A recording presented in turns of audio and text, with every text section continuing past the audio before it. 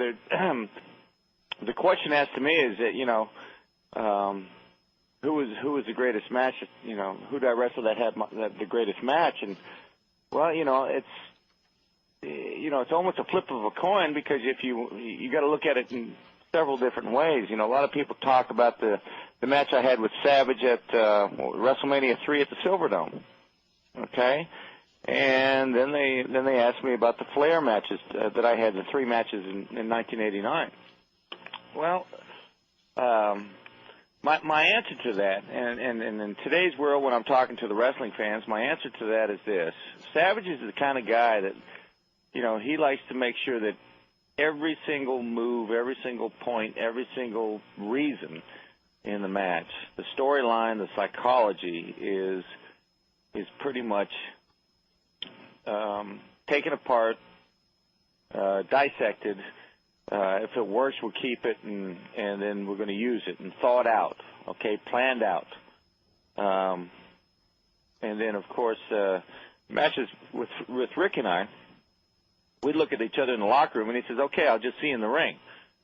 So I don't know. When I talk to the guys, the boys, and they ask me that question, I say, well, look, if you want to look at it from a professional point of view, which is within our niche or our circle, I would have to say the matches I had with Flair, because we would just go out there and just wing it and listen to crowd response and psychology. And if something came up in the course of the match and we got a good response from it, with the fans, and then, okay, we got a little fork in the road here, and we're going to take a right, and it changes.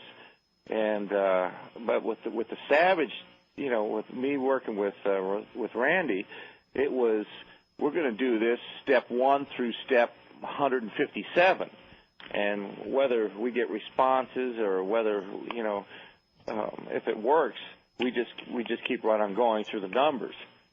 So mostly when I talk to the guys and they ask me about that, guys that have in the business now but were watching us work then, that they weren't in the business, but that's my answer. I said, you got one that's everything's pretty well laid out, and then you got one with just a couple of 2 old pros in there that we're just going to go in there and wing it. So really, I think the hardest of the 2 decisions would be to go out there and have a match and just use your instinct and use your ears and your psychology and stuff like that you've learned, and do a match like that and carry it for 55 or 56 minutes like the one we had in New Orleans. Someone once told me that as far as like the WrestleMania 3 match with Savage, you were talking about like step 1 through 157. Yeah. And I heard that you guys had every single spot numbered, and that on the plane you could sit there and go, Randy, spot 42, and he'd go, arm drag. And you had the entire match worked out and memorized to that, I guess to that, is that exactly how it occurred? Or? Well, that's a pretty close description, although we wouldn't do it on the plane because we try to kayfabe it, okay? Yeah. So, while we're on the road, maybe in the locker room, or he would come to my room or I would go to his, we would have this thing scripted out. And so we got to the point to where I would turn page in my notebook. I'd turn page after page after page. Finally, about the 4th page, I said, okay, this is step number 112. I'm going to do this, this, and this. Tell me the rest of the match. And he would go through and tell me the rest of the match. And then he would get his book out, and he would flip through some pages, and he would say, okay, I'm on step number 86, and I'm going to be doing this, this, and this. Tell me the rest of the match. So this is, that's the way it was done. How long before WrestleMania did you plan the whole thing out? Probably, a good month. Wow. We would take bits and pieces of ideas that we came up with and try it in the house show that we were working that night. Okay? And if we got a pop from it, if we got a response from it, I said, okay, we're going to use that in the pay-per-view. Where we're going to put it, we'll decide. But we got a good response from it tonight, and we're going to use it.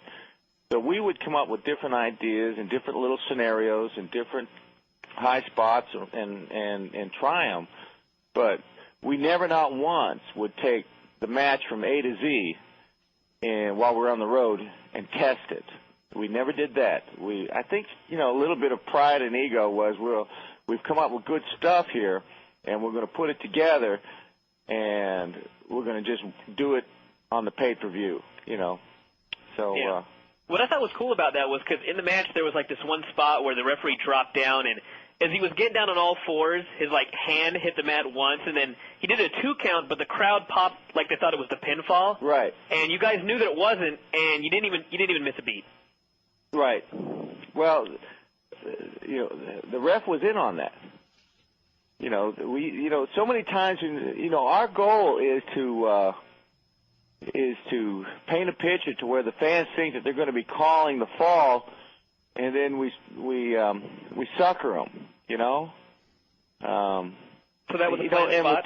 And with today's workers, I don't know how in depth they get into even thinking about little stuff like that, you know. Yeah. But it just, you know, even people at home, and that was the whole the importance of it, was the fact that Randy and I were saying, God, this is going to be at the Silverdome.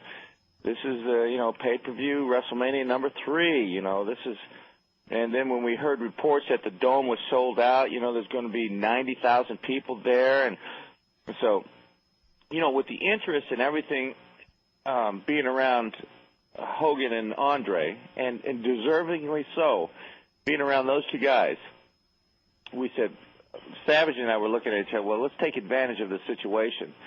If the Silverdome has got 90-some thousand, you can just imagine what the buy rate and then the pay-per-view numbers are going to be. I mean, Hogan and Andre, okay, they drew the show and everything else. They drew the house. They drew the pay-per-view. But let's steal that son of a gun. And we tried our best to do that.